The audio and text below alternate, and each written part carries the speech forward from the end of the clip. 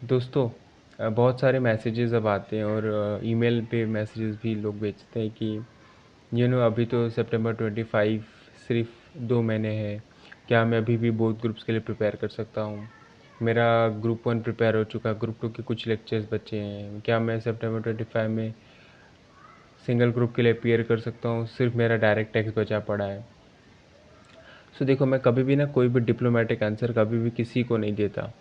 और मैं खुद के पर्सनल एक्सपीरियंस से बताता हूँ कि अगर आपके पास सिंगल ग्रुप है ना, और लेट सपोज आपने कुछ भी नहीं पढ़ा है, अभी तक कुछ भी नहीं पढ़ा है, आप you can still clear the exam if you are able, and if you have decided that for the next 62 days आप अपनी पूरी जान लगा देंगे, just like me, to complete your syllabus and at least do 2 revisions and go for examination. See, ये एक बात आप लोग समझिए कि एंड तक जो रहेगा ना, एंड तक 15 सितंबर तक जो भी रहेगा ना, जो भी चूज़ करेगा फाइट करने के लिए, मोस्ट लाइकली वो जीत ही जाएगा।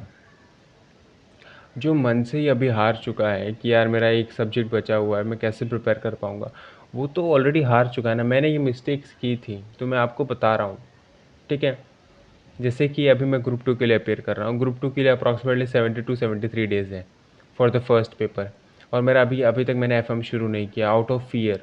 बता रहा हूँ मैं आप लोगों को ऑनेस्टी के साथ, आउट ऑफ फियर मुझे एफएम से बहुत डर लगता है।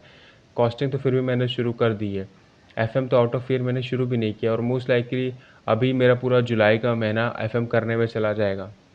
और अगस्त में 2 रिवीजन ट्राई करूँगा प्लान करने के लिए, या एटलीस्ट एक रिवीजन प्लान कर पढ़ाई करके अच्छे से फाइनल वाला रिवीजन एग्ज़ाम 1.5 डेज़ में करके चला जाऊँगा, 3 रिवीजन।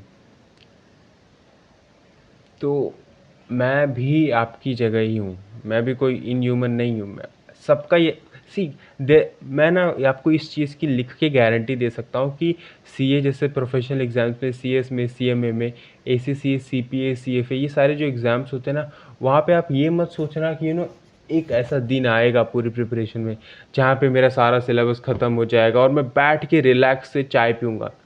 कभी नहीं होगा, कभी किसी अटेम्प्ट में नहीं होने वाला ये। आप अपनी लाइफ का बेस्ट अटेम्प्ट दे दीजिए। आप एक अटेम्प्ट को लिखने के लिए 1.5 ईयर्स ले लीजिए और फिर भी बोलिए, फिर भी ये दिन एक्चुअली में नहीं आएगा कि आप बोलेंगे कि मेरा सब कुछ पढ़ के हो चुका है, हर एक चैप्टर कर लिया है मैंने, हर एक क्वेश्चन कर लिया, नाउ बस मुझे 1 महीने रिलैक्स करके एग्ज़ाम का वेट करना है कि एग्ज़ाम आने दो। कभी नहीं आएगा। हमेशा आपको 1-2 चैप्टर, 1-2 कॉन्सेप्ट, 3-4 चैप्टर हर एक सब्जेक्ट के छोड़ के ही नहीं जाने होते, ड्यू टू टाइम नहीं मिलता, टाइम नहीं था, इसलिए आपने पढ़ाई नहीं किया। यू वेंट फॉर इट कि आपने 15 चैप्टर्स थे कॉस्टिंग में, आपने सिर्फ 12 चैप्टर्स को किया, 3 चैप्टर्स के लिए पढ़ने का टाइम नहीं मिला, and you still went for the examination. उस सिचुएशन में एक्चुअली में एग्ज़ाम क्लियर होता है। कोई ऐसा नहीं होता कि उसने 15 में से 15 चैप्टर होल हार्टेडली प्रिपेयर करके रखा है 3 महीने पहले एग्ज़ाम से, अभी वो 3 महीने सिर्फ रिवीजन कर रहा है और उसके बाद वो एग्ज़ाम कर जाएगा। ऐसा ये रैंकर्स कर सकते हैं। फॉर पीपल लाइक मी, मैं तो हमेशा ही ग्रुप 4 में भी मैं हाफ प्रिपेयर्ड गया था, फाउंडेशन में भी मैं मतलब बहुत सारा सिलेबस बच चुका था, and still I went for it, and that वो जो प्रेशर था ना, वो प्रेशर की वजह से I was able to clear it. मैं अभी बता दूँ ना कि अभी भी अभी एफएम को मैं प्रिपेयर करूँगा, कॉस्टिंग को प्रिपेयर करूँगा, ऑडिट को प्रिपेयर कर रहा हूँ, ऑडिट भी बचा हुआ है। तो मैं लिख के दे सकता हूँ। आप जब मुझसे पूछेंगे ना अगस्त के एंड ऑफ द मंथ में कि कुछ बचा हुआ है, आई विल स्टिल से कि हाँ कुछ बचा हुआ है मेरा।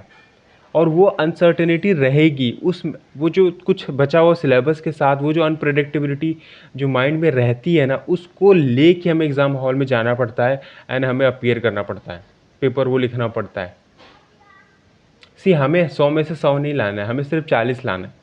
और कोई एक सब्जेक्ट ऐसा रखना है जो कि 70+, 60+ क्रॉस कर जाए, अपना एग्रीगेट बन जाएगा। 40 मार्क्स लाना है, we will able to go through the examination.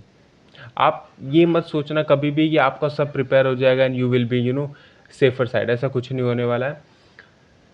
तो आंसर इज़ येस। अगर आप सिंगल ग्रुप के लिए अपीयर कर रहे हैं, आप कल से भी प्रिपरेशन शुरू करें 1 जुलाई से, या आप रिज़ल्ट के दिन ये देख रहे हैं ये अपना वीडियो, 6 जुलाई को, और आप तब सोच रहे कि can I still appear for September 25? तो answer would be still be yes. For the single group definitely it would be yes. For both groups, अगर आपने ऑलरेडी मई 25 में अपना बेस्ट दिया था, आप थोड़े मार्क्स से रह गए, तो you can still try for both groups. But of course both the group will always be difficult in such a less period of time. Both group थोड़ा सा डिफिकल्ट होता है, क्योंकि उसमें मेंटल प्रेशर बहुत ज़्यादा आ जाता है। अप्रॉक्सीमेटली 8 सब्जेक्ट का मेंटल प्रेशर झेलना, it's not a cake walk.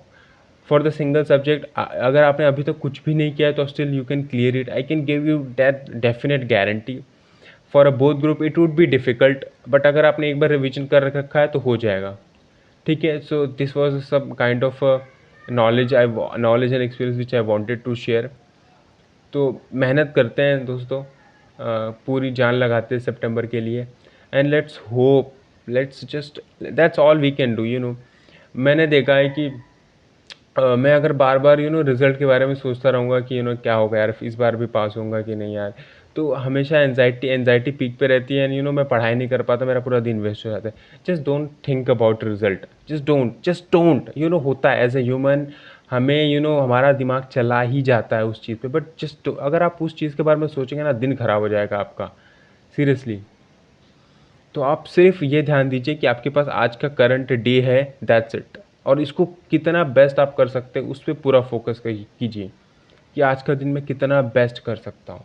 That should be your best whole aim for the entire day. That's it.